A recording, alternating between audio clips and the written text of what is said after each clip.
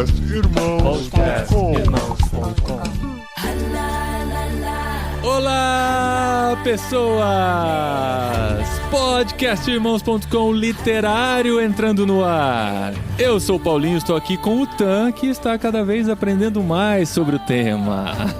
Eu estou cada vez aprendendo mais sobre o tema, é verdade, hein? Olá, pessoas, eu sou o Tan e eu estou aqui com a Carol. E Carol, Hakuna Matata, é lindo viver? Sim, vai entender, né? Oi, pessoal, tudo bem? Aqui é a Carol Simão e eu tô com a Dri. E Dri, nós somos mulheres fortes, batalhadoras e temos excelentes exemplos na Bíblia pra isso. Aê! Olha só, isso é verdade mesmo. A Carol tá aqui com a Dri e com a gripe, né? Porque a voz tá comprometida hoje. Hoje tá, gente. Eu sou a Adriana e eu estou aqui com a Safira. E, gente, essa mulher tá tão gata hoje que eu fui obrigada a tirar o meu pijama, viu? Pra gravação. Ah, pronto. Eu vou ligar filtro. A Dri falou, eu vou ter que me maquiar hoje porque a Safira mandou uma foto de como ela tá arrumada. Não, gente, é porque toda vez que eu apareci aqui nesse podcast, eu tô parecendo que eu fui atropelada. Eu falei, não, hoje eu vou ter dignidade. Hoje vamos pedir cortes, né, por favor, Paulinho, põe uns cortes que hoje eu tô arrumada. E eu sou a Safira e eu tô com ele que entendeu que esse tema não é só nosso, mas é de toda a sociedade. Paulinho! Muito bem, gente. Nós estamos aqui como prometido, né? Porque sempre avisamos com antecedência quando vamos gravar sobre um livro, pra falar sobre o livro O Estigma da Cor, da nossa amiga Jacira Monteiro, que gravou com a gente já, quando a gente falou sobre o livro O Deus Pródigo, do Tim Keller, e a gente prometeu que viria pra comentar sobre o livro dela. E a gente vai comentar sobre a nossa experiência de leitura, e a gente chamou a nossa amiga Safira pra estar aqui com a gente também, que não se contentou em ler o livro só uma vez, foi lá e voltou de novo, e está aqui com a gente pra comentar sobre O Estigma da Cor, da Jacira Monteiro.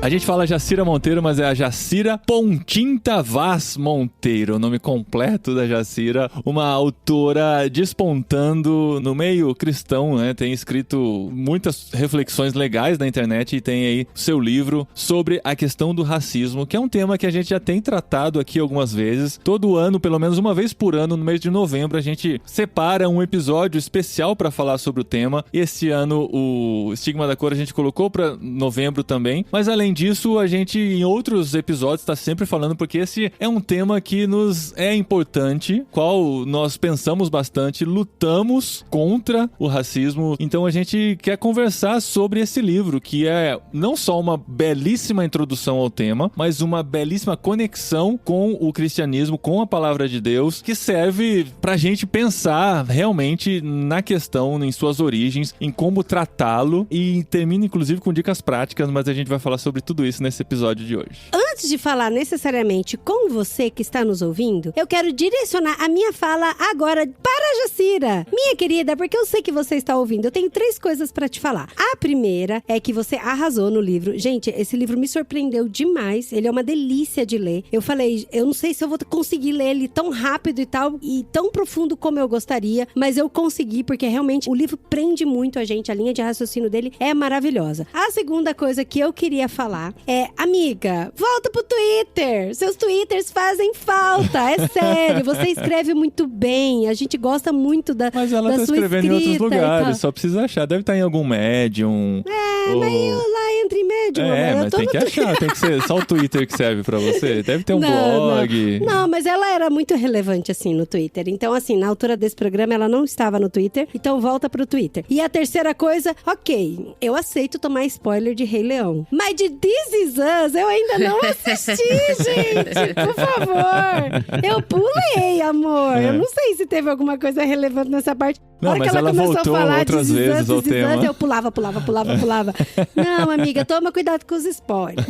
Mas não é um spoiler pesado e é um spoiler fundamental pro que ela tá discutindo, né? Ela coloca uma questão muito interessante que eu vou te dar agora, esse spoiler, né? Eu pulei. Que eu não assisti também. Eu sei que mas tem 3 filhos, né? É fundamental, porque um menino negro comenta com o pai dele, né? Alguma coisa relacionada à cor. E o pai branco comenta com ele, filho, não se preocupe, porque eu não vejo a sua cor. E o filho responde, então você não me vê. Porque a cor faz parte dele como indivíduo, né? Então é importante considerar isso na vida de uma pessoa negra, né? Eu não vi o This Is Us, também tomei muitos spoilers, como a Adri falou aí, mas uma das coisas que eu percebi, pelo menos na narrativa da Jacira aqui, é que não era um pai que tratava mal o filho. Pelo contrário, foi ao jeito que o pai achou que ia consolar o menino. Sim, sim. Dizer isso, não, você não tem que se preocupar com isso, porque eu te vejo como uma pessoa como qualquer outra, no sentido de que você não é pior, sabe, porque você é negro. Mas pro menino,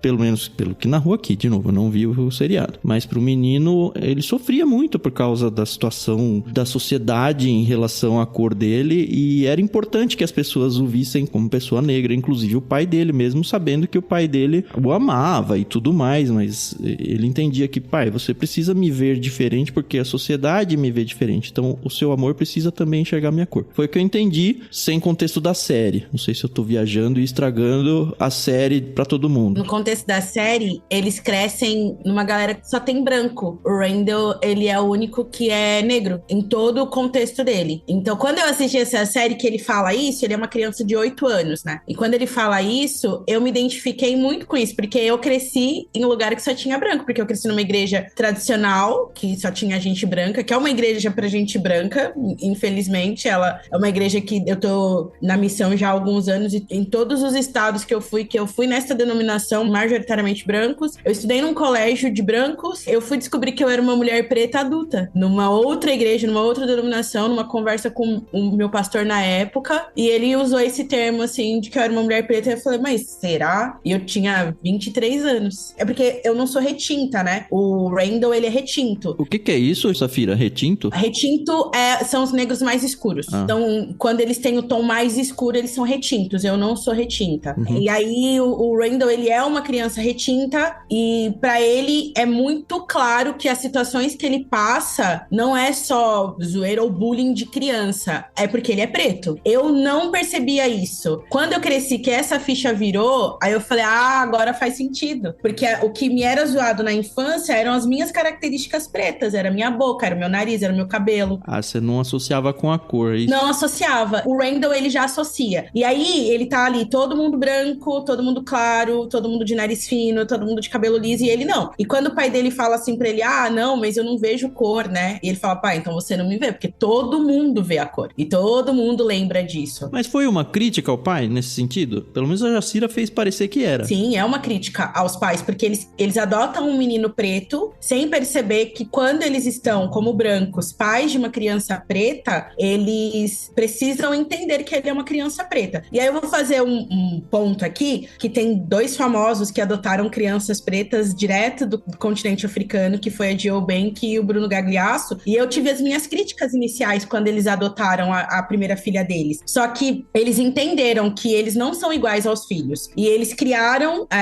até hoje o Blaise e a Titi numa esfera de pessoas pretas. Então, as referências das crianças são pessoas pretas. E eles entendem o lugar deles como brancos, pais de crianças pretas, que não são iguais, que eles não vão ter as mesmas histórias e que o filho biológico deles não é igual os outros filhos deles. Então, essa era a consciência que precisava ter nos pais do Randall na série. E a Jacira traz essa crítica no livro, porque ela é pontual assim no livro também. E aí o Randall começa, depois dessa conversa com o pai dele vira uma ficha e fala, não, de fato, quais são as referências que meu filho tem que são iguais a ele? E aí é quando o casal começa a conversar que a criança precisa dessas referências. E aí muda toda a história da família por causa disso. E aí os irmãos dele começam a entender que essa luta que era do Randall precisava ser deles também. Então eu achei muito legal tá no livro. E quando você fala, né, que os pais brancos que têm filhos adotivos pretos e filhos biológicos brancos, eles veem os filhos diferentes, não quer dizer que o amor deles sobre os filhos é diferente. Eles entendem que eles estão numa realidade diferente, que eles vão viver questões diferentes do filho branco, né? E é por isso causa que da isso sociedade, é importante. né? Exatamente, por causa do contexto em que vive, por causa da cultura intrínseca, por causa da De história toda a história. que eles têm. Mas é no sentido de, olha, vocês precisam ter uma preparação diferente porque o mundo vai tratar vocês diferentes? É isso a ideia? Isso,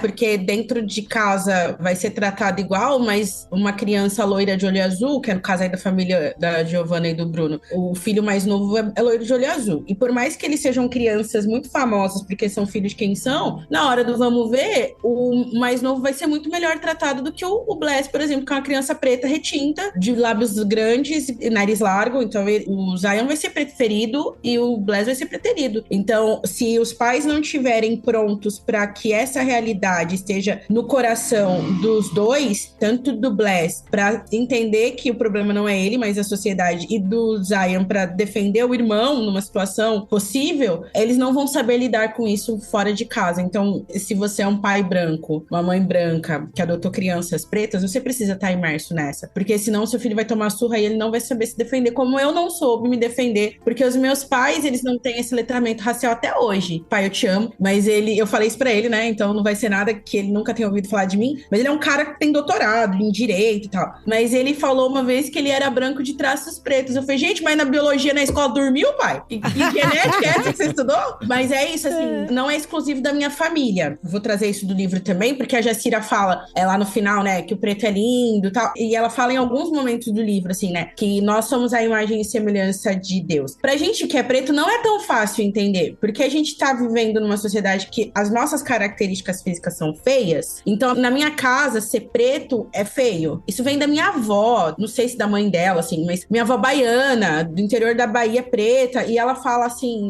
mas eu tive o útero limpo. Eu ouvi isso da minha avó várias vezes, porque os meus filhos nasceram meu pai e meus filhos nasceram de pele clara. Então, pra ela, o útero dela é limpo. Então, ela cresceu ouvindo que ela era uma pessoa preta, então ela não era bonita. E aí, quando a Jacira traz isso no livro, que nós somos a imagem e semelhança, aí eu lembrei assim, cara, minha infância foi muito difícil de entender que eu era bonita, porque eles zombavam essas características. Aí eu entendi quando eu era uma mulher já, e aí eu fui pra terapia, e meu terapeuta me tratou como uma mulher preta, e aí eu comecei a entender que as minhas características eram muito boas, então a minha autoestima foi trabalhada nisso, mas foram muitos anos pra entender. A minha avó não entendeu, os meus pais não entendem, então pra eles é pejorativo, pra uma galera ainda, gente, é pejorativo ser chamado de preto, porque não vê traços bonitos. E quando você cresce numa igreja que todo mundo é branco, não tem ninguém ali pra te falar que você é bonito por ser preto, que as suas características raciais são bonitas. E você não tem nenhuma referência, né, de um adulto, de alguém que já tenha passado por isso, né? Depois que eu saí dessa denominação que eu encontrei referências. E recentemente eu fui num congresso que majoritariamente as pessoas que estavam nesse congresso era dessa denominação, a Jacira foi falar. A Jacira era a única que era uma referência pra mim de mulher e preta. E aí eu até brinquei com os amigos da aliança, assim, né? Falei, gente, que mar homogêneo que está esse lugar, né? Era raro você ver pessoas iguais a mim. Ainda dentro da questão de igrejas históricas cristãs. Os meus pais ainda estão numa igreja histórica cristã, que é a que eu cresci, e eles ainda não têm referências de como preto é bonito. Então isso é uma coisa que eu converso com eles em casa. O ano passado eu fiz tranças no cabelo, né? E a minha mãe teve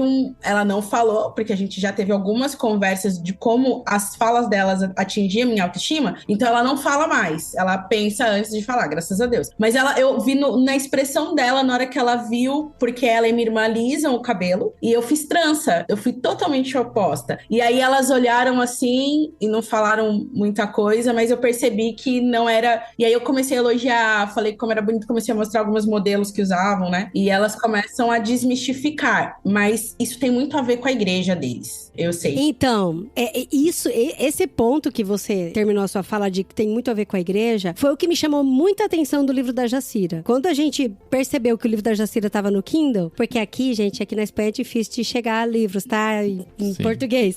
E aí eu falei, nossa, eu preciso ler esse livro, porque pra mim ele tem esse diferencial. Além de já conhecer um pouco, né, a Jacira, ver como que ela fala, os pensamentos, já segui ela no Twitter e tal, eu vi que o livro aqui fala, né, o estigma da cor, aí fala aqui, como o racismo fere os dois grandes mandamentos de Cristo. Então ele é muito voltado pro público cristão, né? E aí eu falei, isso caiu minha ficha, porque a gente já tinha lido livros, eu já tinha visto histórias, filmes, onde o público-alvo não é o público cristão, não são pastores, não são líderes, não é a igreja, não é o professor da escola dominical, sabe? Aí eu falei, eu vou ler, vou tentar entender entender por que ela fez esse direcionamento para a igreja, sabe? O que a igreja ainda comete, o que a igreja ainda pensa, o que a igreja ainda faz, que precisa ainda ser o público-alvo de um livro chamado Estigma da Cor. E eu achei, gente, fantástico a forma como a Jacira fez, traçou a linha de pensamento do livro, porque primeiro ela começa falando de uma realidade, de uma ficção que tem muito a ver com a gente. E aí ela traça toda a história, né? A história da escravidão, a história de como os pretos viviam antigamente, de como aquilo tudo feria a humanidade deles e como isso chegou a ponto de pessoas usarem a Bíblia para calarem e acabarem mais ainda com a humanidade dos pretos. Então isso pra mim foi muito chocante. E aí, claro que eu não vou falar pro final do livro, porque a gente tá no começo do programa, mas a forma como ela encerra o livro e amarra tudo, desde o começo até o final, eu achei muito fantástico, porque o tempo todo você vai lendo o livro e você vai identificando coisas dentro da igreja, você vai identificando coisas dentro do seu próprio coração que precisam ser tratadas e vai dando um certo nervoso do tipo, e o que eu faço, sabe? Conforme eu vou identificando o que eu faço. A Adri ficava assim comentando, eu tô identificando um monte de problema, mas eu não sei o que fazer, o que eu posso fazer? Qual a solução que tem pra isso, né? Aí chega no final, a Jacira coroa com várias dicas práticas do que você pode fazer, você como branco pode fazer pra ajudar a mudar essa situação. Então, eu concordo com a Adri, o livro, ele tem um desenvolvimento tão maduro do tema, que ele vai abrindo, ele vai colocando as questões, ele vai apresentando pros leigos por que esse tema é importante e vai refutando, pra mim, ela refutou todas as críticas, as falas das pessoas que são contra a luta contra o racismo, digamos assim, e ela coloca argumentos muito claros de por que essa luta é importante e por que nós, como cristãos, pensamos pouco nisso e por que é importante a gente se dedicar e pensar e defender essa bandeira de lutar contra esse mal, né, esse pecado tão disseminado dentro da humanidade, do qual nós somos responsáveis por lutar contra também. Não, e o livro foi cuidadosamente pesquisado, sabe? Ela cita muitas referências, cita muita gente no assunto e assim, você vê que ela preparou com muito carinho e teve muito estudo, teve muito embasamento. Por que eu tô falando isso? Porque às vezes, e ela fala isso também dentro do livro, né? Às vezes a pessoa só de ver a capa do livro fala, por que mais um livro sobre isso? E por que falar sobre isso? Sabe? E aí ela fala, não, tá vendo? Não é nem mais um livro sobre isso, porque não dá pra falar que tem muitos livros sobre isso e muito menos livros cristãos sobre isso. É verdade. Mas as pessoas olham pra capa e já pensam, esse assunto aí, é coisa de esquerda, é coisa, né, de quem, enfim, tá pensando nas coisas fora da igreja, a gente tem que pensar na espiritualidade, a gente tem que pensar nas coisas do céu e tal. Eu lendo o livro, eu tive algumas reações diferentes. Primeiro é ter pensado assim, caramba, tudo que eu pensei durante a minha vida, desde que eu me descobri, tá aqui nesse livro, graças a Deus pela Jacira. E eu falei isso até pra Adri, assim, esse livro é incrível, mas infelizmente a Jacira só foi óbvia, porque a igreja, eu falei, até essa fala pra Adri, assim, a igreja brasileira, eu vou falar da igreja brasileira porque eu tô na igreja brasileira, né? Não sei aí na Espanha, mas a igreja brasileira tá igual a igreja de Corinto, o que Paulo fala assim, não dá pra aprofundar, cara, vou ter que ficar dando leite pra vocês porque vocês não têm maturidade. A igreja brasileira não tem maturidade pra sair do óbvio. Porque... Mas é um assunto introdutório, Safira. Sim, não, sim. Ele funciona como um primeiro livro sobre o assunto, sabe? Uma primeira vez que a gente vai lidar com o tema. Sim, mas eu acho que hoje ela tem muita bagagem pra escrever coisas muito mais profundas sobre, mas a gente não tem uma igreja que consegue... Mas quem vai ler, não. Então é isso que eu tô falando. Isso. É justamente o que eu tô falando.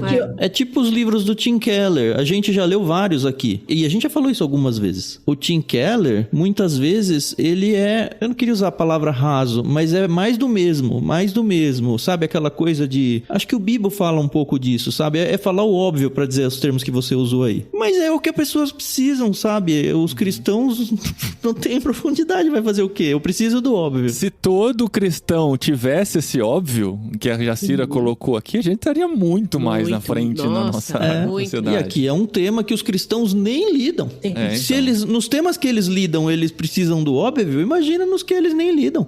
Ou que eles fogem. Eu queria falar uma coisa do começo do livro. Eu até comentei com a Carol quando eu tava lendo, que me incomodou bastante. Mas me incomodou muito a ponto de eu falar, nossa, eu não sei se eu vou concordar com esse livro, vai ser perigoso até, num certo sentido, eu gravar esse livro. Mas foi interessante porque conforme ele foi se apresentando, e eu assino embaixo tudo que vocês disseram aí, eu entendi o que a Jacira tava fazendo e ela meio que foi desconstruindo algumas coisas na minha cabeça. Eu não sei se ela desconstruiu pra já reconstruir, porque eu tô ainda maturando a situação. Mas o tema que eu quero abordar, e tô falando porque eu acho que muita gente vai pensar na linha do que eu tô pensando. Logo no início, ela vem com essa ilustração do This Is Us. E me incomodou demais. Porque a hora que eu li o que o pai falou, não, mas eu não vejo a cor em você, filho. Eu falei, nossa, que resposta boa, que resposta bonita, sabe? Que resposta aconchegante pro filho. E aí eu falei, nossa, mas que mal educado que foi a resposta do filho. Antes dela apresentar a argumentação, tudo. Foi essa minha primeira leitura. Aí eu vejo você, Safira, falando aqui no episódio, né? Ah, porque as pessoas precisam me enxergar e me tratar como uma pessoa preta. É totalmente o contrário do que eu ouvi a minha vida inteira contra o racismo. Eu não sei se vocês estão conseguindo captar a ideia, mas o que eu fui ensinado contra o racismo, né? É, olha, eles não são diferentes. O preconceito é justamente tratar diferente. É enxergar ele como uma pessoa menor ou sei lá o que. E, assim, pra mim, eu tinha esse assunto muito bem resolvido e acho que uma das formas que me comprovou isso muito recente que aconteceu, quando eu tava conversando, eu nem lembro com quem, sobre questões de racismo, e alguém falou, ah, mas na sua igreja tem muitos negros ou não tem? Que, enfim, vocês também levantaram. Aí que eu comecei a pensar, assim, primeiro tem muitos negros. Segundo, e eu respondi pra pessoa, falei, cara, a minha igreja tem 2 pastores e um missionário. Os 2 pastores são negros. E até hoje eu nunca tinha pensado nisso. Eu nunca tinha percebido que, cara, eu sou pastoreado por 2 negros. E eu pensei, falei, nossa, isso é muito bom, porque não fez a menor diferença ele ser negro, ou ele ser branco, ou ser asiático, ou seja o que for, sabe? Ele é o meu pastor, não importa a cor dele. E aí eu falei, olha, é uma prova de que pra mim a cor tanto faz no bom sentido, sabe? É uma pessoa normal. E aí eu entendi o que a Jacira quis dizer é, olha, por mais que você consiga enxergar isso, sua família, ou o meio que você vive faz, a sociedade não vai fazer isso. E as pessoas sofrem coisas que você não tá vendo, não de você, da sociedade. Então você tem que ter uma empatia adicional no sentido de, infelizmente, saber que essa pessoa vai sofrer algumas coisas que você nunca vai sofrer. E você precisa ajudar elas a criar casca grossa pra conseguir aguentar uma batalha que é maior do que a sua. Pelo menos foi o que eu entendi que a Jacira acabou de dizer, no sentido de que você precisa enxergar a cor da pessoa. E aí eu comecei a entender, tá, talvez eu não deva olhar como qualquer um, no sentido de que não importa a cor. Mas, assim, eu gostaria realmente de a gente chegar um dia na sociedade e poder chegar nessa minha utopia de falar, cara, nem sei que cor é a pessoa. Ela é uma pessoa e é chata, é legal, ela é bonita, ela é feia, ela é honesta ou ela é uma pilantra. E isso não tem absolutamente nada a ver com a pele dela. Tem a ver com o caráter dela, sabe? Porque tem gente boa e gente ruim e é isso, não importa todo o resto. Não sei se isso é muito... Nossa, como você é branco, como você é racista, como isso, que aquilo. Mas vocês entendem que a forma de enxergar o assunto pra mim era totalmente diferente antes desse livro. Então talvez ela esteja falando mais do mesmo pra quem já lida com esse assunto, mas pra mim foi uma entrada muito dura, assim, de falar, cara, eu entendia tudo errado. Ou não, isso aí é pauta e eu não tô afim de ir pra esse lado esquerdístico, esse lado de pautas, esse negócio de cotas, esse negócio de meritocracia. Ela vai tratar tudo disso no livro. Eu tuitei recentemente, eu não sei se a Jacira tá pelo menos lendo os tweets, me fez pensar, assim, me fez abrir algumas caixinhas que eu não vou dizer nem que elas estavam fechadas, eu vou dizer que elas nem existiam. E agora elas existem e estão abertas. Eu acho que esse é um dos grandes trunfos desse livro e um dos grandes trunfos da gente pensar sobre o tema, e porque é importante isso. A gente começou há 2 anos discutir mais seriamente esse tema aqui no podcast, como isso abriu nossa mente com relação a isso, né? A Jacira vai poder falar muito... A Jacira não, eu confundo Safira com Jacira, vocês têm nome parecido, gente. É uma honra, obrigada. A Safira vai poder falar como uma pessoa preta, mas nós, como brancos, entendendo o tema, a gente consegue dar a nossa perspectiva também. É por isso que, às vezes, vão ter alguns comentários aqui mais inocentes ou mais contaminados pela nossa realidade, né? Tem muita coisa na minha mente que quebrou no decorrer desses anos, mas o que eu aprendi é tentar o máximo possível, ainda que nunca vai ser possível em sua plenitude, mas tentar o máximo possível se colocar no lugar da pessoa que passa por racismo, que passa por preconceito, e estando no lugar dela, entender sua história, entender seu background, entender do que passou pela infância. Eu tive amigos negros com quem eu cresci, e pra mim era isso também, ele é amigo como qualquer outro, mas ele vivia lutas totalmente diferentes das minhas. A gente tava na mesma sala de aula, mas o que ele enfrentava era diferente do que eu enfrentava. A realidade dele, com a família dele, com os preconceitos ao entrar no supermercado, ao viver a realidade, o dia a dia dele era diferente da minha. E por mais que eu encarasse ele como uma pessoa igual a mim, ele tinha uma história diferente que precisava ser considerada e precisava ser respeitada. E isso eu só fui perceber depois de adulto, infelizmente, sabe? Eu não consegui lidar isso quando criança, quando adolescente, com meus amigos negros, porque pra mim, eu falava assim, não tem diferença nenhuma. nenhuma, a gente cresce na mesma realidade e tal, mas é totalmente diferente, a gente precisa entender isso, né? Mas pensando só no seu relacionamento entre os dois, Paulinho, era bom, eu acho. Ainda acho que era bom o fato. Porque assim, sumarizando a sociedade dentro do coleguismo só de vocês dois, vocês são duas pessoas iguais, mas assim. Talvez eu não entendesse algumas lutas que ele passava, Exatamente. sabe? Não, que eu isso podia sim. estar com A questão ele. é, o problema não está na forma de você enxergar a outra pessoa como igual. O problema é a sociedade inteira não fazer isso, e por causa disso a gente tem que olhar para a sociedade e entender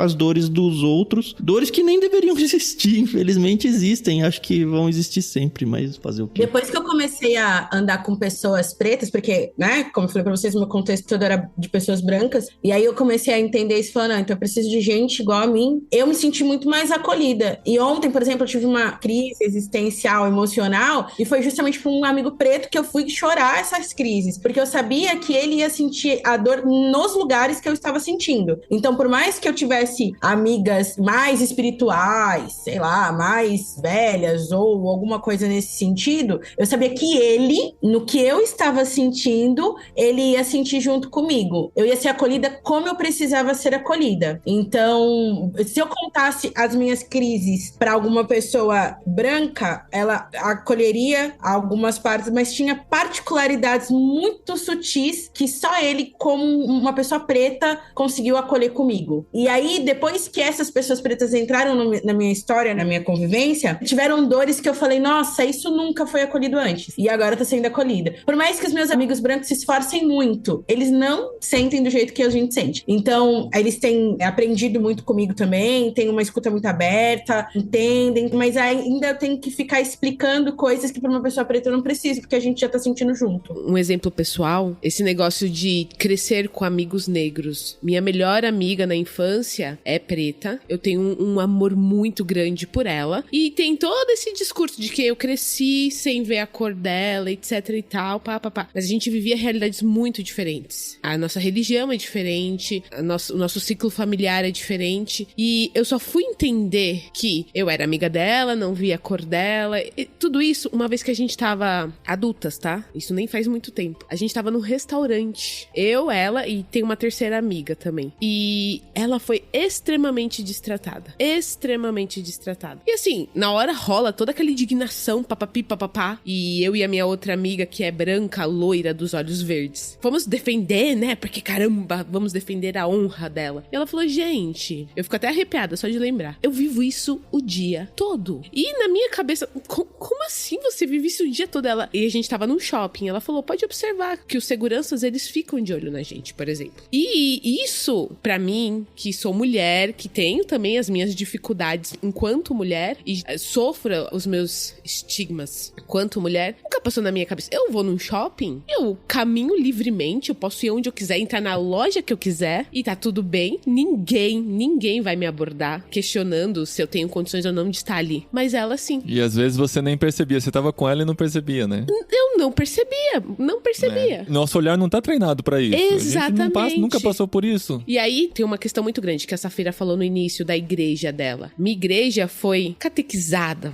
vamos por assim, por judeus. Então, eram judeus americanos que vieram dos Estados Unidos pra cá, pro Brasil. E, gente, a minha igreja nasceu em Higienópolis, aqui em São Paulo. Pra quem conhece o bairro, sabe que é um bairro muito... Eu não quero usar palavra nenhuma, tá bom? Quem conhece Higienópolis... Foi o bairro que eu cresci estudando, Carol. Pois é. E a gente já tinha algumas situações por ser uma igreja de origem judaica. E aí nós mudamos pro subúrbio da capital. A gente foi mais pro subúrbio. E aí outras pessoas se aproximaram. E você vê o choque cultural, principalmente com os missionários. Você vê o choque cultural. Eu cresci sendo filha de pastor. Meu pai convivendo... Na minha casa vinha todos os tipos de pessoa. Aquelas que tinham passado por agressão física. Enfim, todo tipo de pessoa frequenta a casa dos meus pais. Mas mesmo assim, isso não fez a minha cabeça, a cabeça das minhas irmãs. E eu tenho uma irmã que ela tem uma cabeça muito boa pra esse tipo de assunto. Quem sabe um dia a Safira conhece ela. Vai amar a Amanda, minha irmã. Mas eu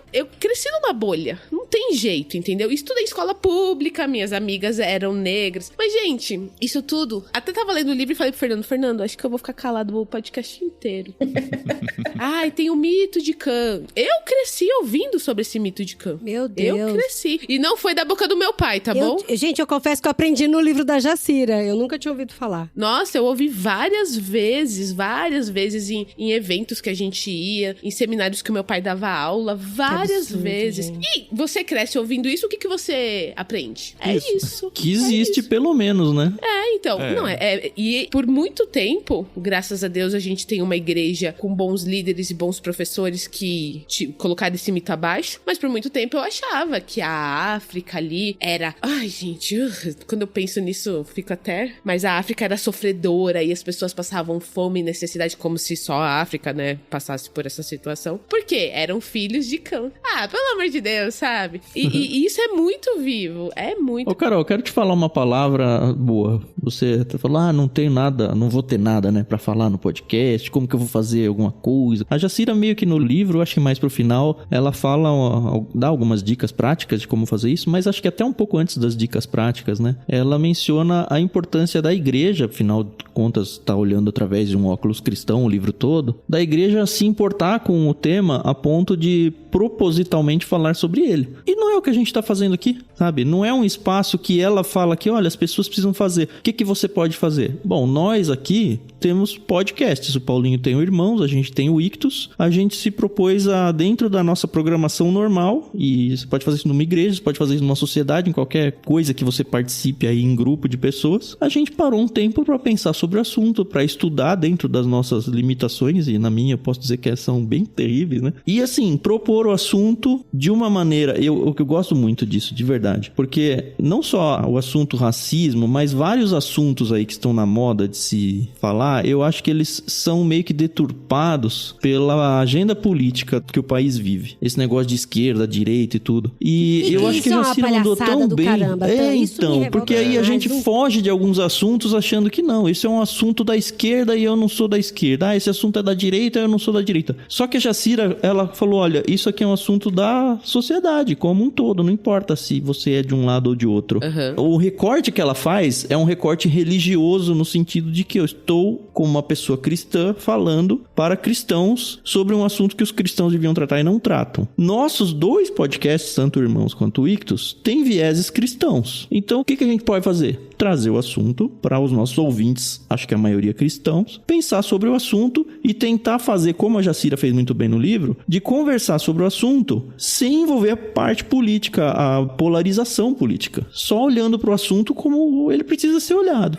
Eu confesso que quando eu peguei esse livro, e aí tá aqui, né? Como o racismo fere os 2 grandes mandamentos de Cristo. Eu confesso que quando eu vi, eu falei, será que vai furar a bolha? Porque... Cristã, você quer dizer, né? Assim, não, porque... A cristã não, acho que a bolha dos que já se importam hoje com o racismo, né? Porque assim, será que vai chegar? Porque, por exemplo, falando do público mais parecido com os meus pais e as pessoas que eles vivem ali da igreja deles. Eu não sei se eles leriam esse livro. Eu fico pensando, acho que não é um assunto que eles acreditem que fira... Sabe o negacionismo que ela cita no começo, lá na introdução? Negacionismo que as pessoas... Então, eu fico pensando assim, será que vai chegar? E minha oração foi que esse podcast e esse livro chegasse nas pessoas que precisam chegar. Porque na minha cabeça, as pessoas que vão ler esse livro são pessoas que já se importam com o tema. Que são pessoas que já têm se preocupado em trabalhar esse tema dentro da igreja, em trazer esse tema para perto das relações deles. Não pessoas que nunca pensam no racismo na vida, assim. E é nessas pessoas que precisavam chegar. Ela até fala isso numa hora do livro dela, assim, né? As pessoas vão olhar e vão falar que é comunista, é esquerdista, sei lá. Mas eu, dentro do meu coração, tenho essa impressão de que, será que vai furar as bolhas? Porque quem se importa, talvez seja pego de surpresa em alguns temas, como o Tan foi, mas às vezes vai ler e fala, pô, eu sempre pensei sobre isso, que bom que ela colocou isso em livro. Porque tudo que ela falou aqui, eu já, em algum momento da minha história, nesses 10 anos aí que eu entendi que eu sou uma mulher preta, eu já pensei, já comentei sobre, já orei sobre. Então, pra mim, que estou inserida e vivo e estudo letramento racial e tal, não foi nada que fosse além do que eu já sabia. Mas as pessoas ali que se importam menos, mas ainda se importam, pode ser uma coisa que fale, caramba, nunca pensei sobre isso. Mas será que as pessoas que não se importam, esse livro vai chegar? As pessoas que... Não, o racismo não existe. Eu acho que não. Eu meio que tenho uma resposta pra você. Eu vou dar um testemunho aqui. Dessa semana, aliás, anteontem, eu tenho um outro podcast que quase ninguém sabe que existe, chama Eu Livro. Eu gravei um episódio da Fantástica Fábrica de Chocolate, não o filme, o livro. Que o meu filho menor fez a leitura na escola. E aí ele me vê gravando podcast, ele falou, ai pai, grava comigo, eu quero gravar. E eu achei super bonitinho, né? Eu falei, tá bom, vou ler o livro. Li o livro, a gente gravou, lancei recentemente o episódio. E aí veio, onde eu queria chegar, né? Veio um feedback de uma pessoa que falou, eu tenho filhos pequenos em casa, um mais velho, o outro ainda não alfabetizado, a gente faz leituras à noite, muito no esquema que a Adri faz com os filhos, ou fazia, não sei. E a gente tem esse livro em casa. E ninguém deu bola pra ele, só tava lá parado. E aí eu peguei um dia e falei, vamos pôr um podcast no carro? E aí ela colocou o podcast com o Dani falando sobre esse livro. Os 2 filhos, a gente quer ler esse livro agora. E ela falou, beleza, a gente vai começar a ler à noite, então, juntos, porque ela faz a leitura, principalmente por causa do menor, que não consegue ler sozinho. Ela falou, o meu mais velho não conseguiu esperar, ele já tá vários capítulos na frente. E é um livro que eu já tinha falado, lê livro, lê filho. E ele não tinha se interessado. Então eu acho que o papel que a gente tá colocando aqui no podcast de simplesmente falar, olha, esse livro existe, nós brancos lemos, e falou pra gente e abriu algumas portas que a gente nunca nem pensou que existiam, e fez diferença e é importante pra você ler. De repente é o empurrão que precisa, igual foi pros filhos dessa pessoa que entrou em contato com a gente e falou, eu tenho esse livro, ou já sabia que existia, mas nunca dei bola. Agora o Paulinho e a Adri lá falaram, o Tan e a Carol falaram, a Safira... É que eu tô tentando tirar você da equação, Safira, porque você é a pessoa que leria esse livro. Uhum. E é o que você falou, pra quem já leria esse livro, leria e talvez seja mais do mesmo pra essas pessoas. Mas pra quem não leria, acho que é importante o papel aí do Paulinho e da Adri de um lado do podcast, eu e a Carol do outro, porque de repente a gente vai conseguir convencer algumas pessoas que precisam desse livro, estão na lista sua aí de pessoas que tem que ler e não leriam e agora vão ler porque viram que, olha, fez diferença pra eles. Eu acho que todo mundo devia ler esse livro. Pois é. Todo mundo devia ler, porque assim, cristãos e não cristãos, inclusive, porque pra entender, pra quem coloca toda a culpa no cristianismo, também entender que o cristianismo sim teve culpa em tudo que aconteceu, mas hoje se coloca numa posição de lutar contra e se deveria, né, pelo menos, ir nesse sentido. E os cristãos que estão alienados desse assunto e muitas vezes acham que não é um problema. Não é um problema, não existe isso. Na minha família não existe, na minha igreja não existe. E às vezes existe, mas não consegue entender quanto existe, né, porque não tem os óculos prontos pra isso. Eu queria falar 2 coisas com relação a isso. Primeiro é que eu tive essa conversa com a Safira mesmo, ela até falou pra mim, né, não sabe se vai conseguir furar a bolha e tal, das pessoas lerem um livro, mas pra mim, mesmo as pessoas que já leriam o livro, no caso nosso, da Safira, a Safira também é muito inteligente, cabeçona, ela leu um monte de coisa, mas pra mim estruturou muito bem na minha cabeça coisa que tava solta, sabe? Pra mim fez tipo um Tetris, assim, sabe? Quando você vai juntando assim, de repente vem aquela barrinha de 4 gostoso, assim, encaixa, né? Pá! Pra mim foi isso, Organizou sabe? Os pensamentos, Organizou né? muito. A gente tem as coisas muito soltas. Até no podcast, às vezes, a gente tenta criar uma linha de raciocínio, mas o raciocínio é de um bate-papo. As conversas vão entrando. A gente não tem necessariamente um roteiro com tudo muito encaixadinho. Quando a pessoa organiza um livro, tão bem organizado quanto a Jacira fez nesse livro, ela cria um roteiro, né? Uma linha de raciocínio que vai do começo ao final e coroa magistralmente no último capítulo, que faz com que a gente organize os nossos pensamentos também. Então... E aí a gente tem estrutura, por exemplo, pra falar sobre o assunto, entendeu? A gente tem base pra falar sobre o assunto, porque tem toda uma pesquisa atrás, tem muita Bíblia, tem muita gente boa que fala sobre o assunto, tem a própria experiência pessoal da autora. Então, esse livro pra mim, por mais que ele às vezes não chegue na mão de uma pessoa que deveria chegar, mas na minha mão eu consigo falar com as minhas palavras, porque agora eu consigo entender muito melhor do assunto. Sim. Ela nos instrumentalizou. Exatamente. E é interessante dizer que não é um livro com um jeitão acadêmico, sabe? De um paper, nem nada do tipo. tipo. É uma conversa, ele é recheado, né, de ilustrações, fala do super-herói da Marvel, fala do Rei Leão, sabe? Sim. Fala do This Is Us, fala do Martin Luther King, até coisas da história a gente acaba aprendendo nesse livro aqui. E eu queria ler aqui, a segunda coisa, eu queria ler aqui um trechinho do livro, que tá dentro da introdução, porque eu acho que aqui a gente vai acabar ficando muito tempo tempo até na introdução pra chamar a atenção, né, das pessoas por que a gente leu esse livro. E essa parte aqui eu acho que faz muito sentido a gente colocar dentro do podcast.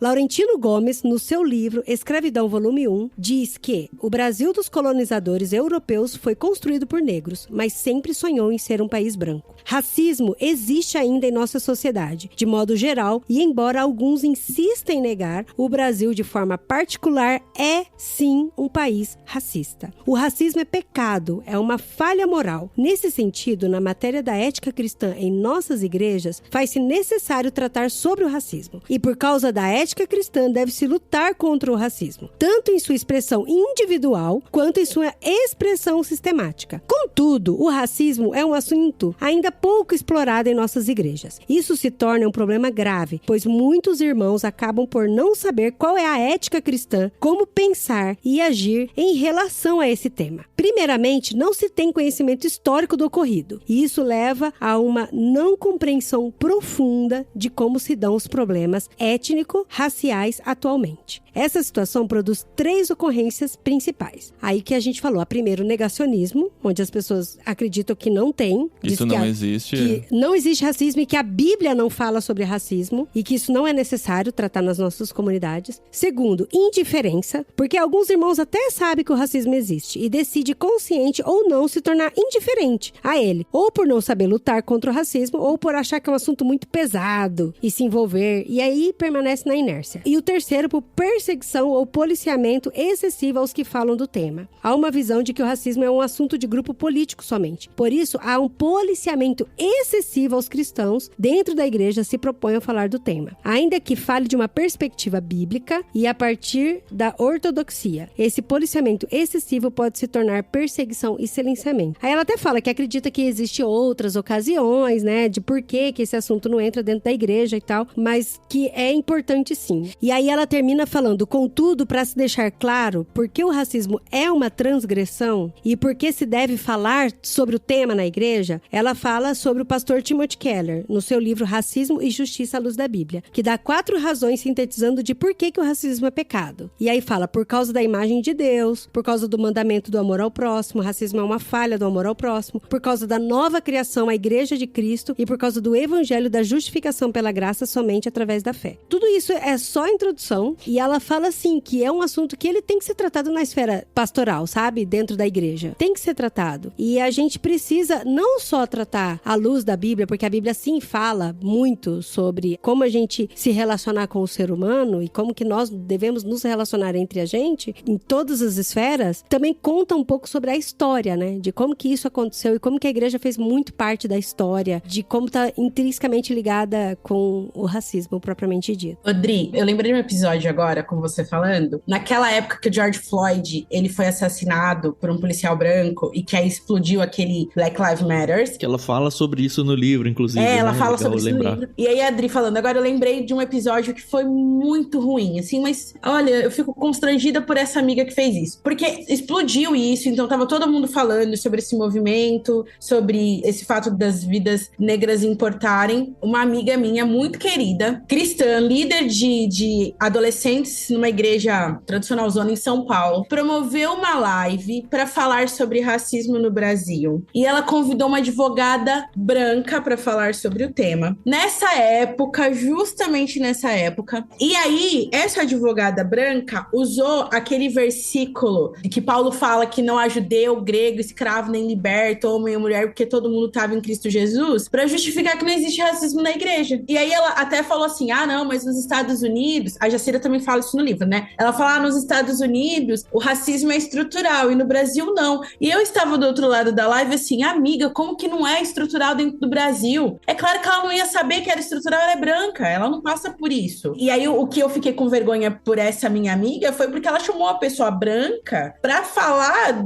como o racismo funciona no Brasil. Não, amigo, por mais que ela fosse advogada, estudou tudo sobre racismo, na teoria ela pode ser uma grande gênia, mas na prática, meus amigos, ela não sabe. Por isso que ela falou, não é estrutural no Brasil e não tem dentro da igreja. Olha o que Paulo fala.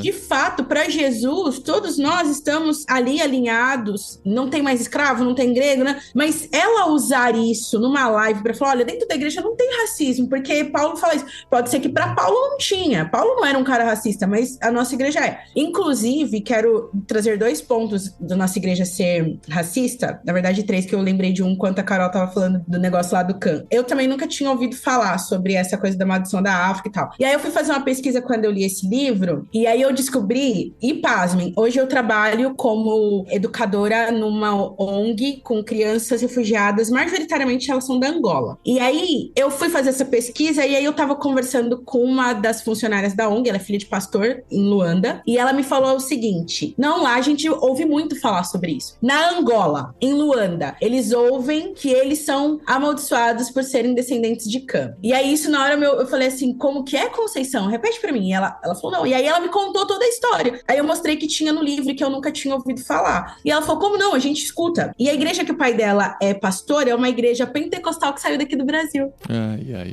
Nossa. E que o bom seminário trabalho, é hein? brasileiro. E aí quando ela foi me contar a história dessa igreja pentecostal, chegar lá. Na verdade, pelo que eu entendi dela ali, majoritariamente as igrejas que estão em Luanda vieram do Brasil. E aí, essa igreja aqui no Brasil, ela cometeu algumas falhas, porque ela, na missão, eu tô na Aliança Evangélica há 2 anos, e eu viajei muito com a Aliança para trabalhar em resposta rápida à catástrofe. E eu e o Cassiano, a gente tem essa mesma concepção, de que a melhor parte da missão é a igreja, mas a pior também. E aí, ela é uma das igrejas que a gente mais encontra na missão. E eu nunca pensei que essa gafe viria deles. E a outra gafe, eu até mandei pra Adri ontem, porque quando eu fui dormir, apareceu nos meus stories isso, e eu falei, Adri, caiu no meu colo e eu tô indo dormir, eu não vou dormir Que sacanagem. sozinha. Bem antes de dormir, né, Safira?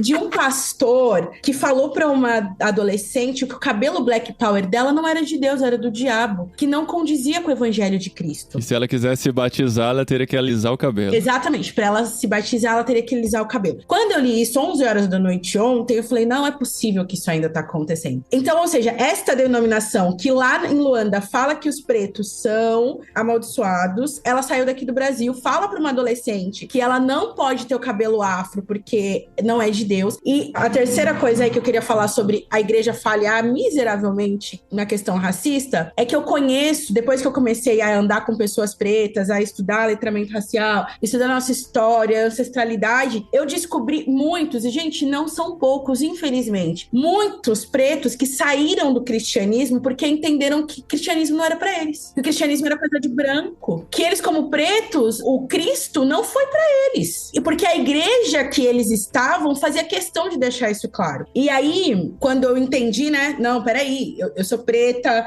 e aí o Oriente Médio, Jesus não era branco, não era loiro, eu ouvi da minha avó, que falou que tinha útero limpo, era uma mulher católica, ela falou que Jesus veio o loiro de olho azul porque ele era Deus e ele viria perfeito. Tudo bem? Nossa. Então tá bom. Aí eu falei, não, essa situação nas crianças que eu discipularei não vai acontecer. Eu tive que pedir pra uma amiga, porque eu não achava Jesus preto, né? Pedi pra uma amiga fazer pra mim. Alto da Compadecida, amiga. Não, bonecos, amigas, ilustrações, desenhos pra eu levar pras crianças. Não tem. Aí eu pedi pra uma amiga, que ela trabalha com confecção de feltros e bonecos, ela fez pra mim os 12 discípulos, fez Jesus, fez a Maria. Que legal. Tudo com cara do Oriente Médio. Tudo cara de Oriente Médio. O meu presépio, todo mundo preto, inclusive o anjo. Então, eu precisei pedir pra ela. As crianças lá, né, nessa ONG, nós estamos trabalhando com elas a questão de direito, como crianças refugiadas no Brasil, e também evangelizando e discipulando. E aí eu fui falar com elas um dia sobre Jesus e tal, e aí as crianças menores gostam muito de pintar. Fiz atividade com as crianças e elas pediram pra pintar, e eu peguei um desenho impresso de Jesus e dei pra elas. Elas pintaram Jesus como branco.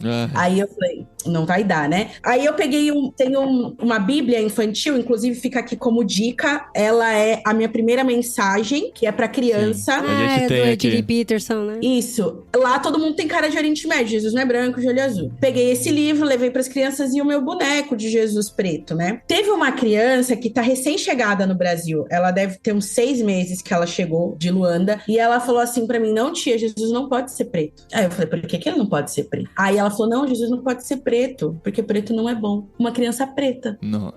Meu Deus. Crescida numa igreja pentecostal que saiu do Brasil e foi pra lá. Isso cortou meu coração. Eu falei, Deus, não dá mais. E aí, vou avançar um pouquinho no livro, quando no capítulo que ela fala de raiva, e ela vai citar Tiago várias vezes, a ira do homem não produz bons frutos. Pra mim, tem sido uma luta constante ver essas microviolências que a igreja faz, não vou nem chamar de micro, porque isso é uma baita de uma violência, de ver o que a igreja faz com as crianças e não me revoltar, de ver pessoas que se sentiram longe do evangelho de Jesus e saíram da igreja quando tiveram consciência de raça. Isso não é justo. E aí, eu vejo essas crianças chegando de um país preto, aí tem dois públicos que vieram de lá. As que vieram de igreja cristã, que ouviram essa conversinha aí de que preto não é bom, e crianças que nunca foram pra igreja, que agora elas estão tendo a autoestima delas destruídas aqui no Brasil. Porque quando elas viviam lá, ser preto como... E eles são lindos, lindos, lindos. Nossa, que crianças lindas. Todo dia eu olho e falo, gente, que bonito. E eles não se acham bonitos aqui no Brasil, porque o racismo tá encontrando com eles. Lá eles não viviam isso. A Jacira fala isso também da experiência dela, né? Que ela veio de Guiné-Bissau pra cá, e aí ela começou a crescer e perceber que tava rolando um racismo em relação a ela. Essas crianças que não eram da igreja estão começando a identificar isso aqui. As crianças que eram da igreja estão acostumadas, já viveram isso dentro da igreja delas. Nossa. Então, olha que louco, num país africano, as crianças cristãs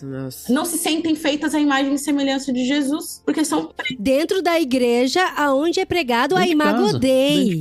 Dentro da Exatamente. igreja aonde é pregado o amor ao próximo, como a ti mesmo. Isso é muito incoerente, sabe? muito, totalmente. E as crianças que não são cristãs, que não... Você até fala assim pra elas, você tem religião? Ela não sabe nem o que é religião, então tava muito longe. Tem uma autoestima muito boa que tá sendo destruída agora na escola. E aí, eu entendi que esse processo, eu estava lá como uma mulher preta, fui convidada a participar lá disso, pra também restaurar a autoestima dessas crianças como crianças pretas, né? E aí eu lembrei até de uma música do Emicida, que eu gosto muito dessa música, chama Princípia, e tem um trecho que ele fala, se a bênção vem a mim reparto, invado cela, sala, quarto, rodei o globo, hoje tô certo que todo mundo é um. E aí aquele refrão que acho que todo mundo que ouviu alguma coisa do Emicida deve ter ouvido dessa vez, que fala, tudo, tudo, tudo que nós tem é nós. E ele repete muito, né? Tudo, tudo, tudo que nós tem é nós, uns aos outros. E ele fala, calhe o cansaço, refaça o laço, ofereça um abraço quente. Essa tem sido minha oração. Porque eu percebo que o que eles têm sou eu, e o que eu tenho é eles, nós pretos, uns aos outros. Porque uma pessoa branca não vai conseguir mostrar pra eles quanto eles são bonitas, como eu vou conseguir. Espere, em oração, né? E aí, ele fala nessa música que quando ele foi pra Angola, olha que louco, quando ele foi pra Angola, lá tem um museu da escravidão. E aí eu perguntei pras mulheres, né, as adultas que estão aqui, se elas conheciam esse museu, e elas conhecem. Ele é muito conhecido. E lá tem uma pia, e aí que a nossa religião já começa errando, tem uma pia que fala, eu indico fortemente essa música pra vocês, tá? A versão do ao vivo que ele conta isso. Quando ele chegou nesse museu, tinha uma placa falando que uma visão distorcida do cristianismo fez que pessoas pretas acreditassem que elas não tinham alma e batizavam naquela pia, em nome do Pai, do Filho e do Espírito Santo. Mas vai batizar pra quê? Se ele não tem alma? Não tem conexão nenhuma. E aí eu lembrei disso porque a Jacira comenta de um episódio que acontece de uma pessoa que ela vai ser queimada e o padre implora pra que ela se converta e ela fala assim, não, mas se o céu tem crente, eu prefiro ir pro inferno. E isso Sim, é o que a igreja tá chocante, fazendo, né? com as pessoas pretas. Porque muitas pessoas falam, eu prefiro ficar longe de crente, porque se é pra viver isso, eu não quero. E aí a gente percebe que a igreja tem falhado miseravelmente. E eu tô falando da igreja brasileira, porque eles estão lá em Angola, mas o que eles estão sofrendo de racismo saiu daqui. Mas não desanimem com a igreja não, tá? Porque vocês só estão entrando nas igrejas erradas. Tem igrejas boas, igrejas que tratam as pessoas como pessoas. Mas essas igrejas, são as igrejas que têm o maior número de membros no Brasil. E que cresce a maioria é geralmente, preta. exatamente, e que cresce nas comunidades carentes e tal, de maioria preta. São as igrejas que deveriam estar tratando as pessoas como pessoas, porque majoritariamente ali quem tá é preto. Por isso que é importante a gente enxergar a cor, né? Enxergar o indivíduo, porque daí a gente enxerga suas lutas também. O Paulinho até tinha falado, né? A gente, depois que a gente começou a gravar mais os podcasts, né? Com as meninas do Agostinhas e entender um pouco melhor sobre isso, a gente começou a enxergar melhor as lutas e ver as dores também, sabe? Porque muitas vezes quando a gente não enxerga a cor, a gente não enxerga as dores e as lutas também, né? E essa Fira falou bastante com relação a ferir a imagem e semelhança de Deus. Tem um trecho aqui no livro da Jacira que eu queria ler de novo pra vocês, porque assim, gente, a Jacira, eu tô cada vez mais fã. Eu vou ler aqui o trecho pra vocês.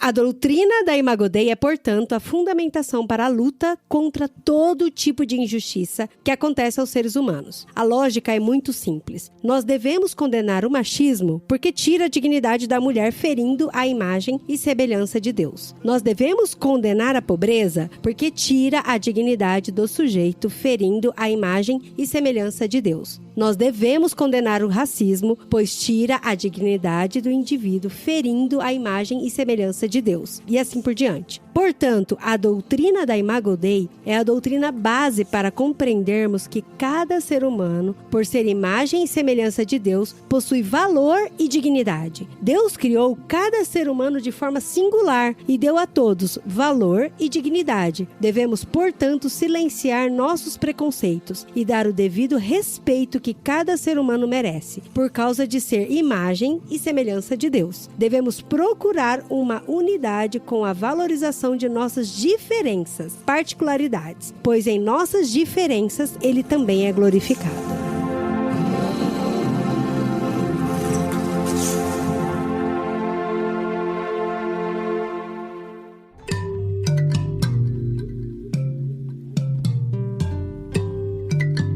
Me chamou bastante atenção o capítulo, foi até um que eu fiz questão de ouvir de novo. Inclusive, gente, ouvir no Pilgrim, esse livro tá muito bom, a narração tá muito boa, o livro é uma conversa com a gente, então eu tive a oportunidade de ler e de ouvir também. E aí eu reouvi, inclusive, o capítulo sobre Caim, que coloca Caim naquela posição de, acaso sou eu responsável pelo meu irmão, né? Que é a situação que muitas vezes a gente se vê, né? O que eu tenho a ver com isso, né? Por que eu tenho que me importar com isso? Esse capítulo é muito forte nesse sentido, de que sim, nós temos que nos importar, porque nosso irmão é imagem e semelhança de Deus, e se ele é importante para Deus, ele tem que ser importante para nós. Esse capítulo vale a pena reler, inclusive se você já leu esse livro, foi o mais forte para mim, sem dúvida nenhuma. E ela conta bastante também, né, sobre a história, né, dos escravos, as histórias dos negros, e ela cita inclusive uma passagem do filme Harriet. Harriet. Pode ler do jeito que quiser, mas acho que o nome dela é Harriet. Espanhóis, desculpa. Harriet.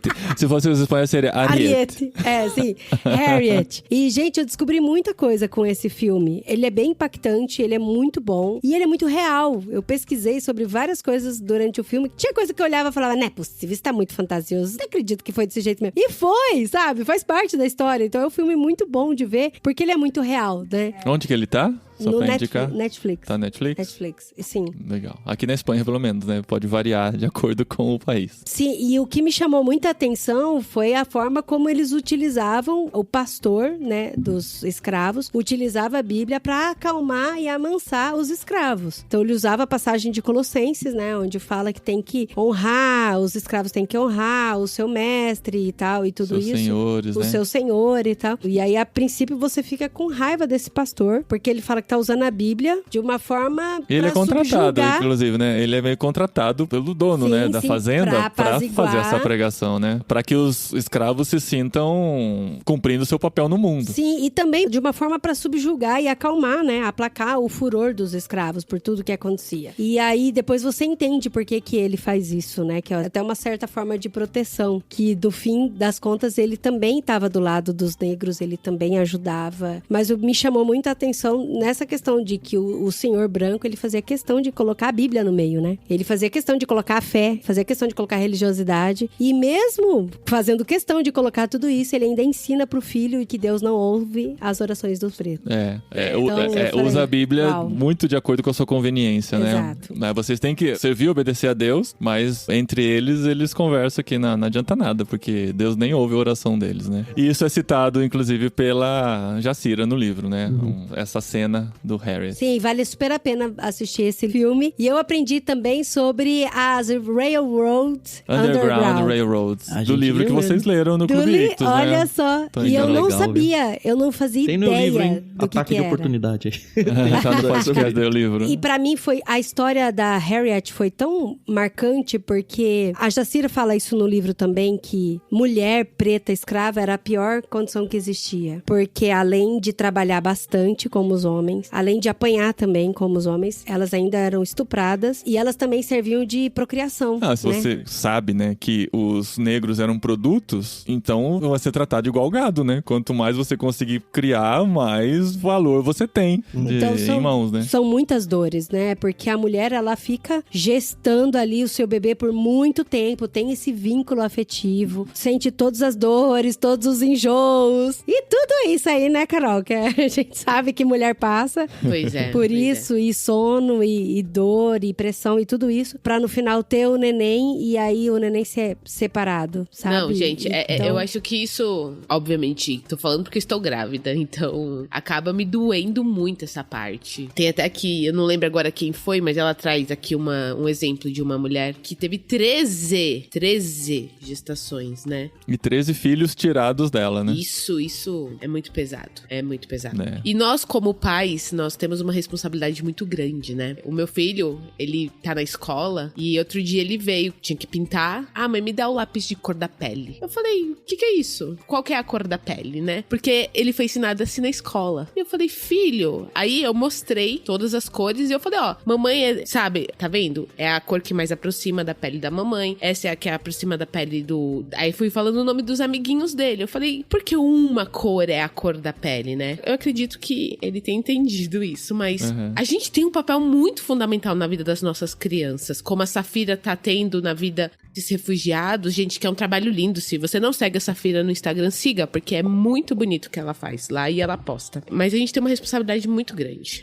Nossa responsabilidade é essa, né? De fazer essa palavra chegar para o maior número de pessoas possível, que se compadeça dessa luta e que não seja só uma luta dos negros, né? Que nós, na realidade, que estejamos, a gente seja um papel importante nessa luta também, né? Eu queria falar mais uma coisa e eu queria pedir pra Safira não sair, porque ela falou que se eu falasse a palavra, ela ia sair.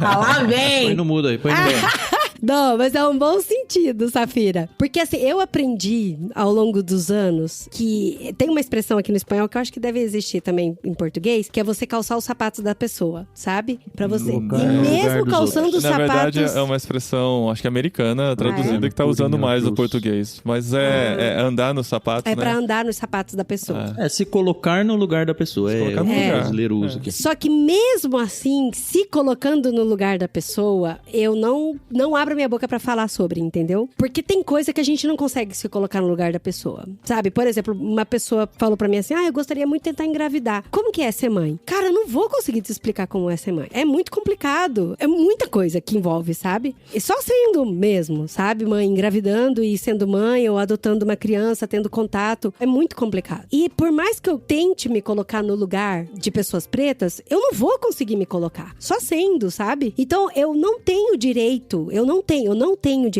de falar, que o preto tá se fazendo de vítima, de que essa situação é mimimi. Porque ele tá exagerando. Porque não foi bem assim. Porque eu não tenho direito, porque mesmo que eu tente me colocar no sapato dele, eu não vou conseguir, eu nunca vou conseguir me colocar no sapato dele, entendeu? Então eu queria pedir aqui, fazer um apelo pra todo mundo que tá ouvindo a gente, você não tem esse direito de falar que a pessoa tá sendo vítima, que é mimimi, que é frescura. Você não tem, sabe? Se você sair desse podcast aqui, pelo menos aprendendo isso, sabe? Porque a gente não vai conseguir entender que um olhar diferente te fere pra caramba. Porque às vezes pra gente foi só um olhar diferente, mas pra ele foi a vida inteira tendo esse olhar diferente, entendeu? Então eu queria que a Safira não saísse. Continua aqui, Safira.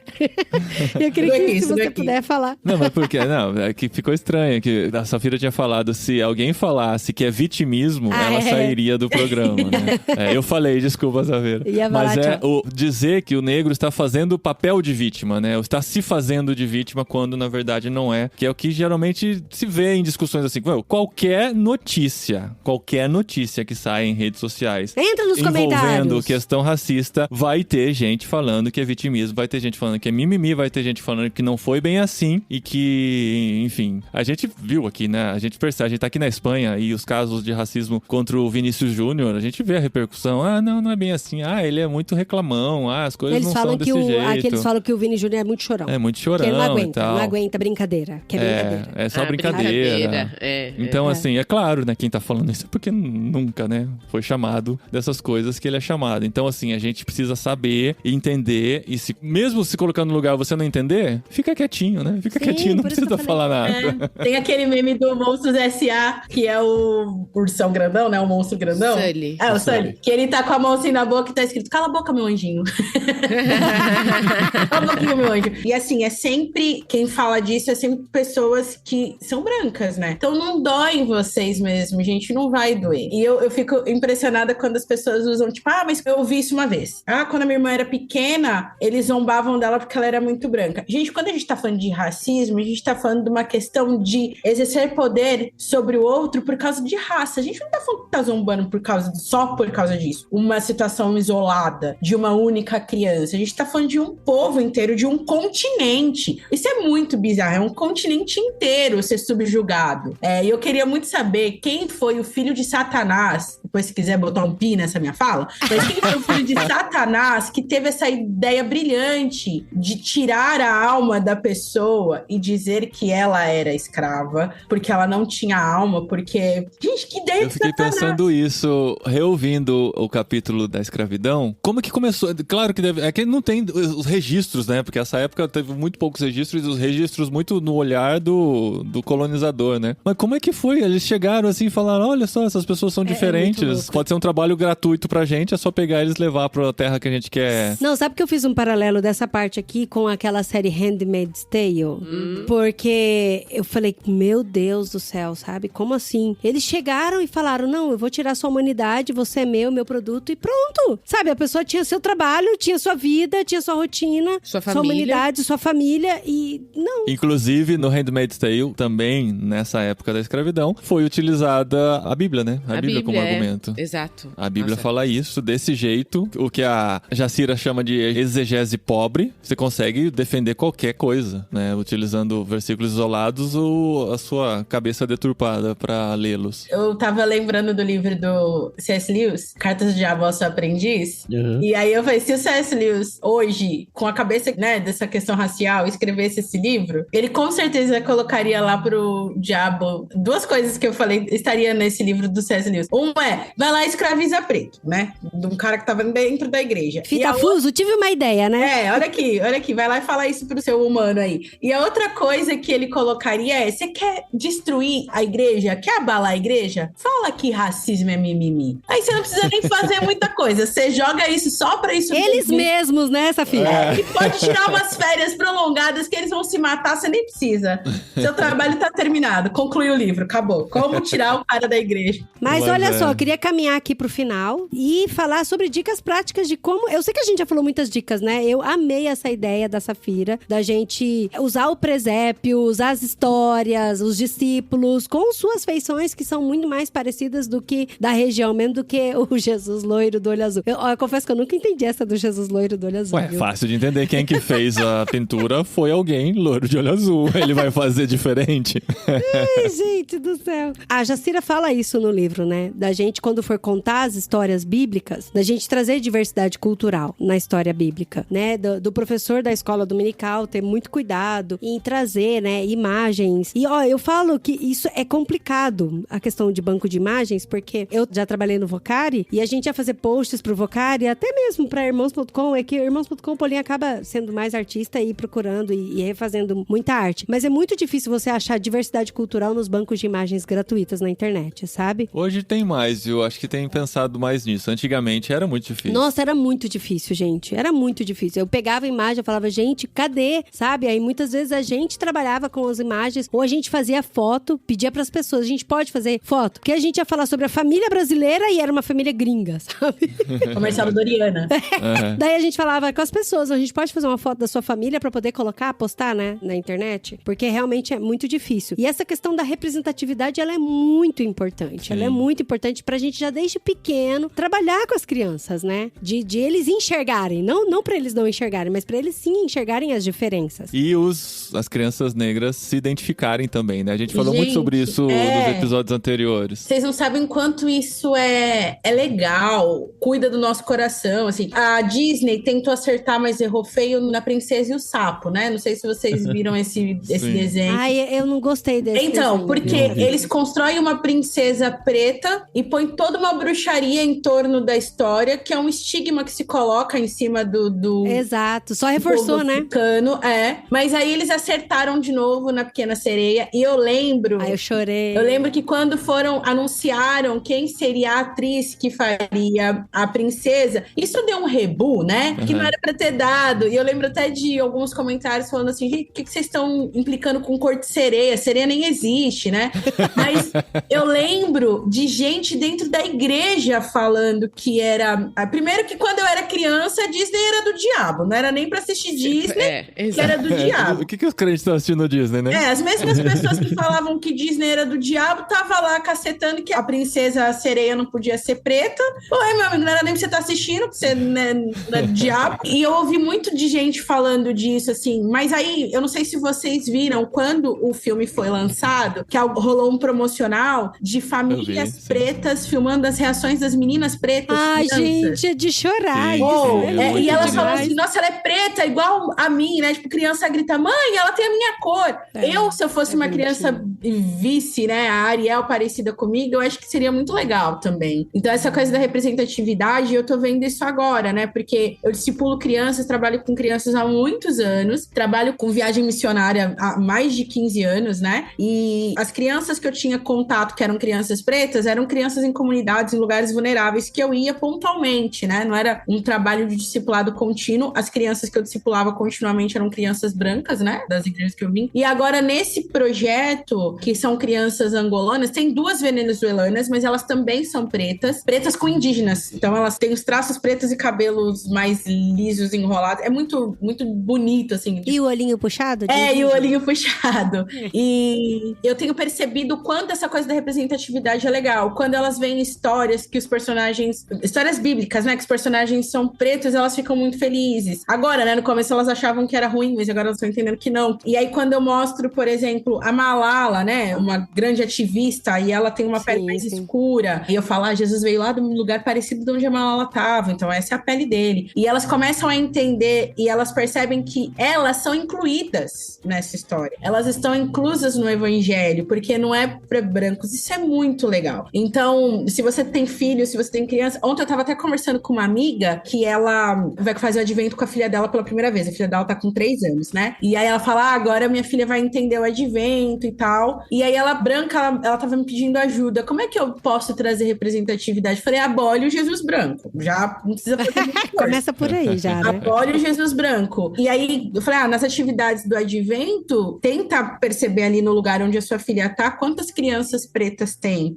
Os brinquedos que ela tem. Ela tem boneca. A minha primeira boneca preta, eu ganhei dessa minha amiga que fez o Jesus. Eu já era adulta. Porque eu nunca tive boneca preta. Então, teve uma época que eu teve um pastor que ele tinha uma filhinha que começou a ter problemas com crianças pretas. Eu falei, mas é claro que ela vai ter problema com criança preta. O que ela conhece de preto? O que vocês já mostraram pra ela? Aí ele comprou uma boneca preta pra filha dele. E aquela... Que da hora! Baby Alive, que é o meu salário, a boneca. Ele comprou uma dessa e a filha dele se apaixonou pela boneca. Então, bonecas diversas, brinquedos que mostrem a diversidade, não só aquela boneca Barbie branca, mas dá uma boneca preta pra sua criança, mesmo que ela seja branca. Livros que tenham personagens pretos. Tem o Pequeno Príncipe Preto, que é uma releitura do Pequeno Príncipe do Saint-Exupéry, mas feito na África. Muito legal. Tem um podcast, chama Calunguinha, que é sobre histórias de pessoas pretas, que eram reis na África e viraram escravos. Gente, esse podcast é incrível. Então, mesmo que você não seja pai de criança preta, insere isso como natural. Não sei se vocês que estão ouvindo a gente já percebeu isso. Quantos livros o personagem preto é um personagem legal? legal. Quantos brinquedos a sua filha tem é preta? Seu filho, dos bonecos que ele tem. Não sei nem se menino brinca com boneco, né? Depende. As crianças que eu brinco, brinca de panelinha, então não dá pra ser muita referência. A minha bolha, as crianças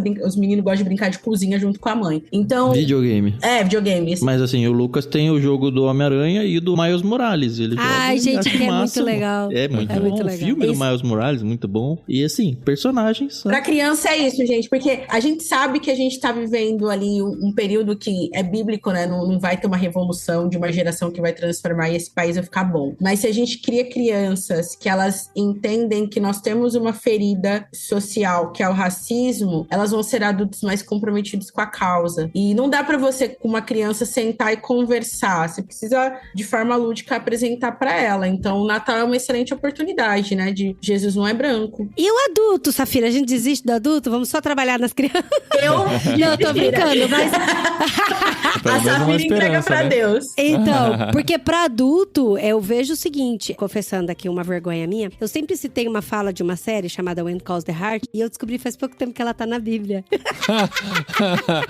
Qual que é a frase? Que é, quando os bons se calam, coisas ruins acontecem. Mas isso acho que é de Martin Luther King. Não, sim, o Luther King fala isso. Tem na série do When Calls the Heart, mas é um versículo da Bíblia que ele parafraseou, e por isso que ele falou. Preciso saber qual é esse versículo, não lembro. Tiago Isso. 4,17, não é, gente? Como que é? Portanto, pense nisso. Quem sabe que deve fazer o bem, não faça com mais pecado. Esse daí! Olha aí! Boa. Olha aí. O When Calls the Heart é mais fácil de entender, mas a Bíblia tá boa. Ah, que bom.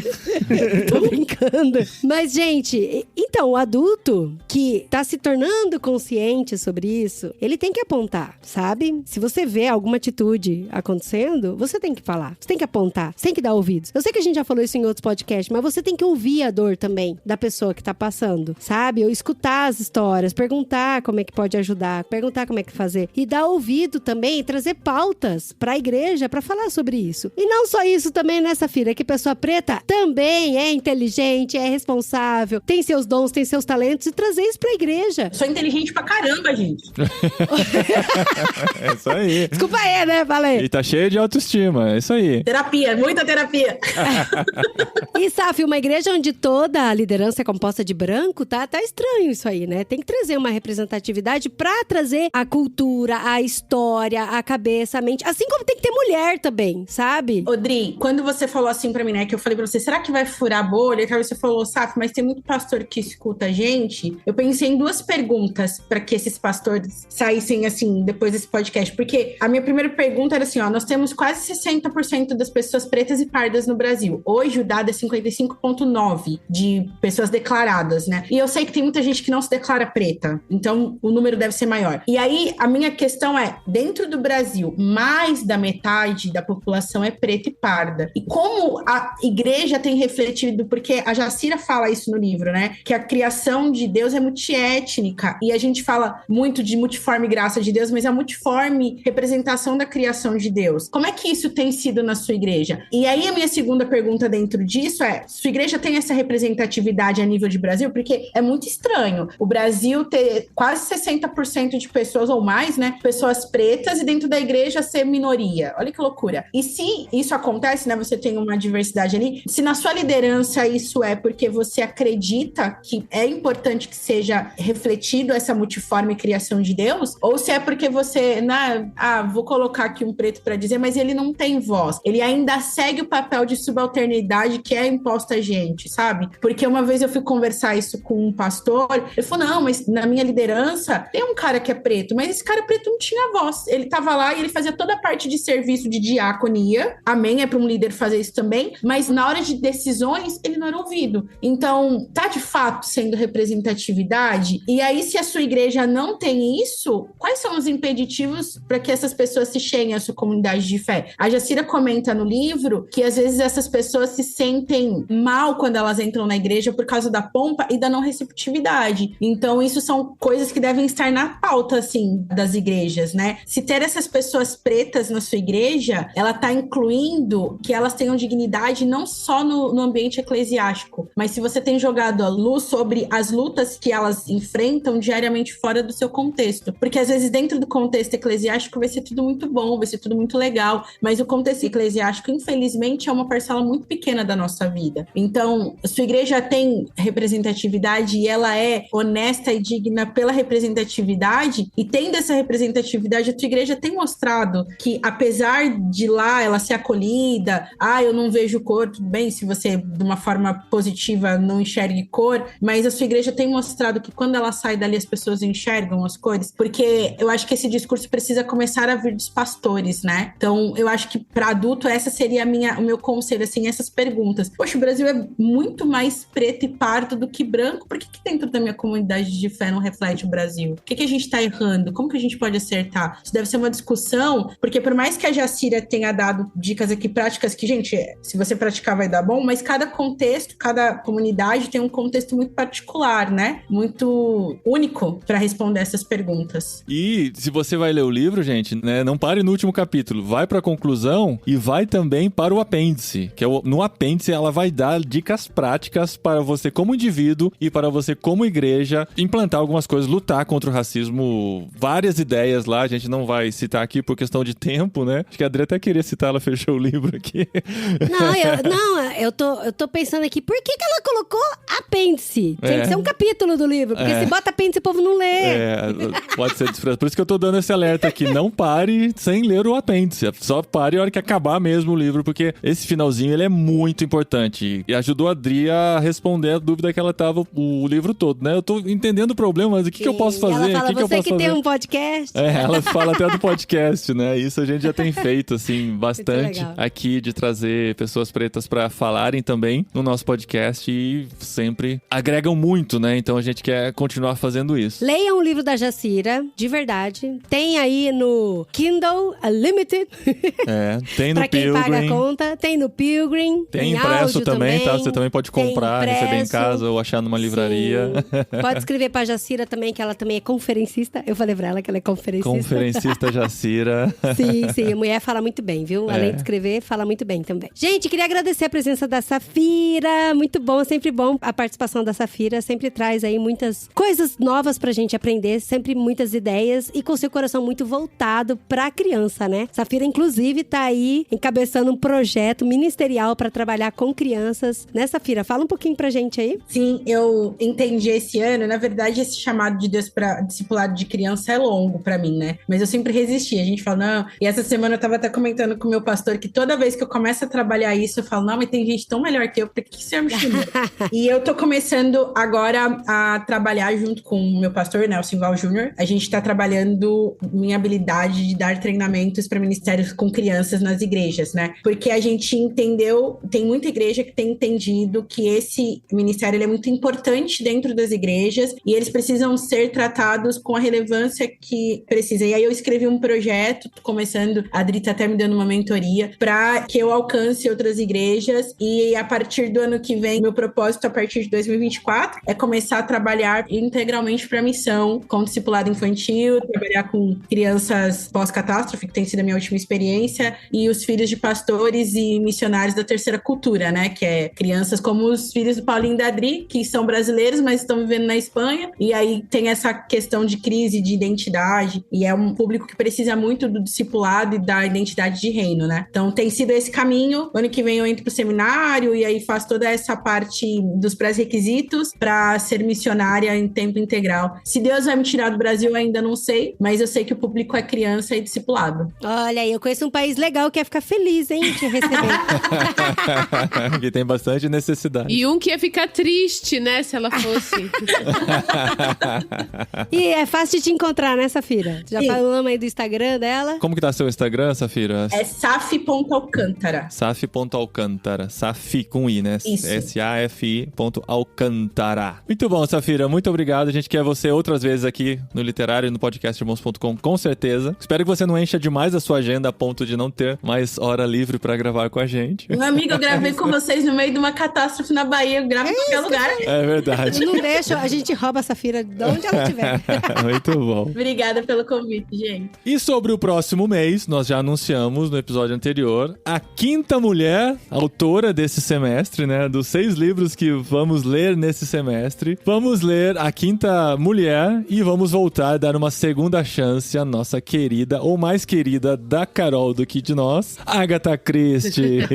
Não desistam dela, gente. Não desistam. tava ouvindo o último literário, Paulinho. Strike 2 pra... Strike 2, Strike 2 pra Carol, né? 3 strikes a gente... Por que Strike 2? Não, pra Carol não, pra Agatha. Não, da Agatha Christie. O dos elefantes, os elefantes água aí para esse elefantes. É o segundo, né? Esse é o segundo, Ah, tá. Não vai ser exatamente. Strike 2, não. Só que o problema é que vocês ficam perguntando pra mim, é bom?